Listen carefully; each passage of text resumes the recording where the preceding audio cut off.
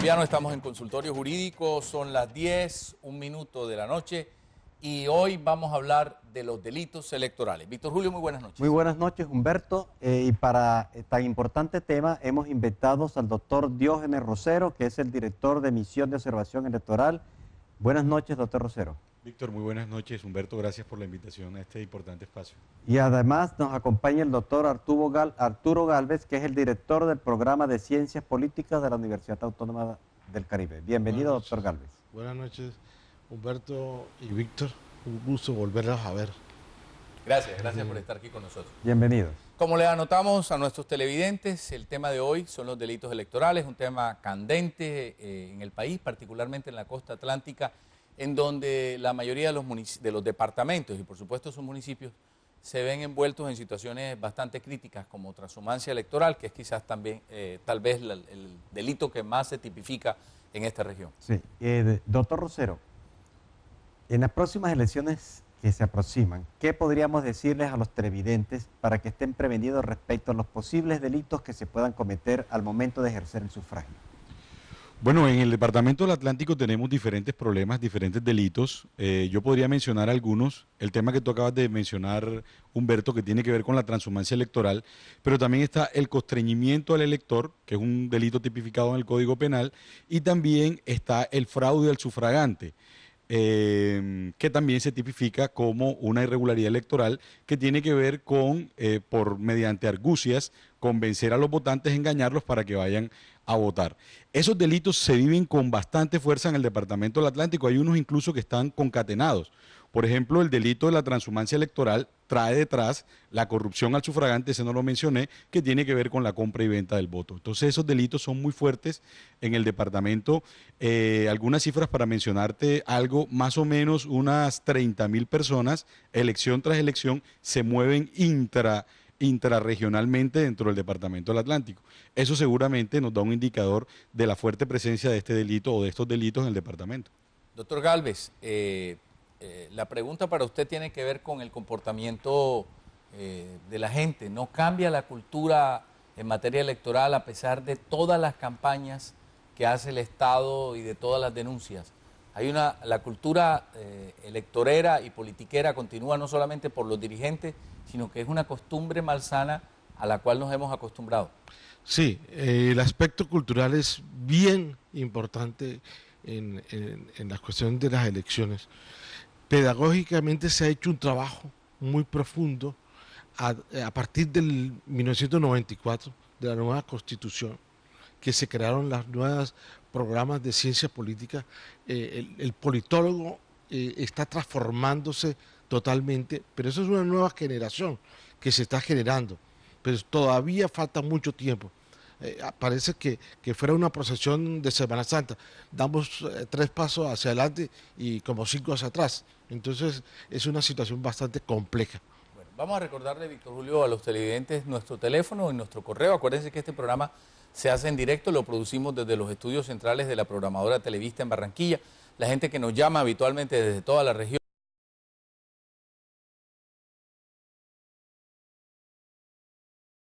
80949 con el prefijo 057, quienes llamen fuera de Barranquilla, y nuestro correo que es consultoriojuridicocaribe@gmail.com, consultoriojuridicocaribe@gmail.com. Nos escriben, nos llaman y las personas que están invitadas hoy al programa, Arturo Gálvez y Diógenes Rosero, le contestarán las inquietudes que ustedes tengan. Muy bien. Doctor Rosero, usted habló hace unos momentos sobre la transhumancia electoral. ¿Qué pasa con aquellos municipios del área metropolitana de Barranquilla que viven en algunos barrios periféricos, pero que no pertenecen a Barranquilla, sino que pertenecen a otros municipios como Puerto Colombia o Soledad? ¿Esas personas que viven en esos lugares podrían votar en Barranquilla o se considera transhumancia electoral? Esa es una circunscripción aparte del distrito de Barranquilla. Eso es transhumancia electoral. Pero en el Código Electoral se tipifica la residencia de diferentes formas. Si tú, por ejemplo, vives en Soledad, pero trabajas en Barranquilla, es decir, ¿cuántas horas al día te pasas en Barranquilla? 8 horas. Tú tienes intereses en elegir gobernantes en esa ciudad. Entonces, tú podrías aducir que tú también tienes el derecho a votar en Barranquilla porque tienes intereses en esa ciudad. Pero si esa votación va acompañada de, por ejemplo, el constreñimiento al elector, que podría ser que te digan que tienes que votar en Barranquilla, no porque libremente tú crees que tienes tus intereses en Barranquilla, sino porque te van a quitar el trabajo. Eso es un delito, ahí hay constreñimiento y también hay transhumancia electoral.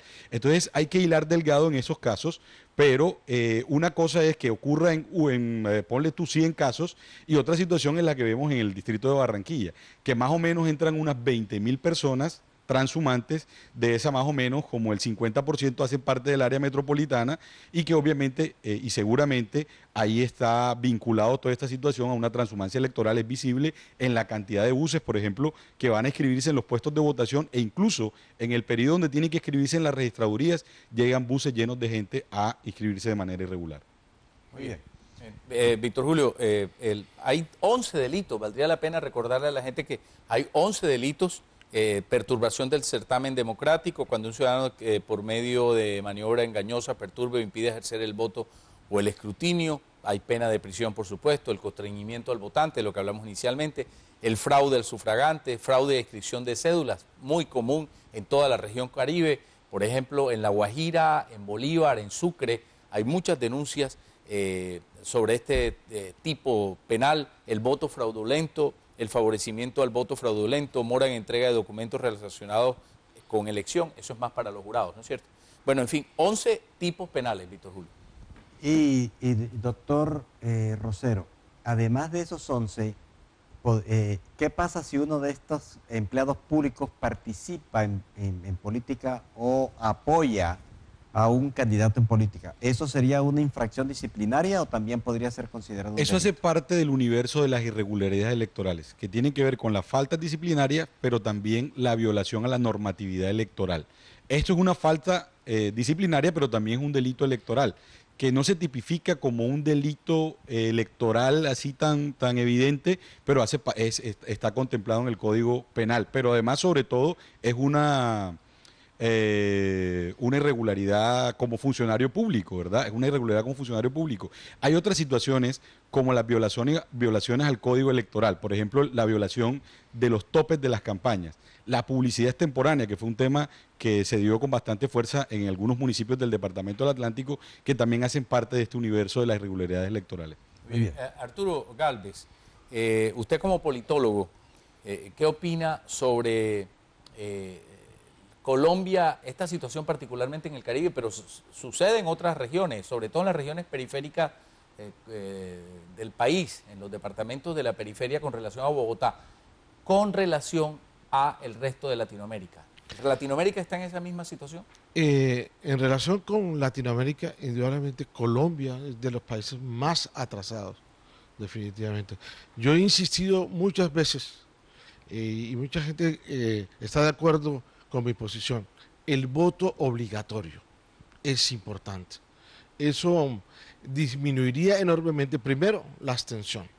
Segundo, indudablemente recogeríamos y haríamos conciencia por parte del ciudadano de sus derechos y sus deberes para votar y para elegir los cuerpos que indudablemente se están en ese momento. Pero vemos que todavía no se toma conciencia en Colombia de la importancia del voto obligatorio. Por ejemplo, en Perú el voto obligatorio juega un papel muy importante. Víctor Julio, Mario Benavides nos pregunta, ¿a dónde denunciamos cuando conocemos actos de corrupción electoral? Esa pregunta la vamos a responder cuando regresemos Después de comerciales. de una pausa comercial. Muy bien, vamos a la pausa y ya regresamos.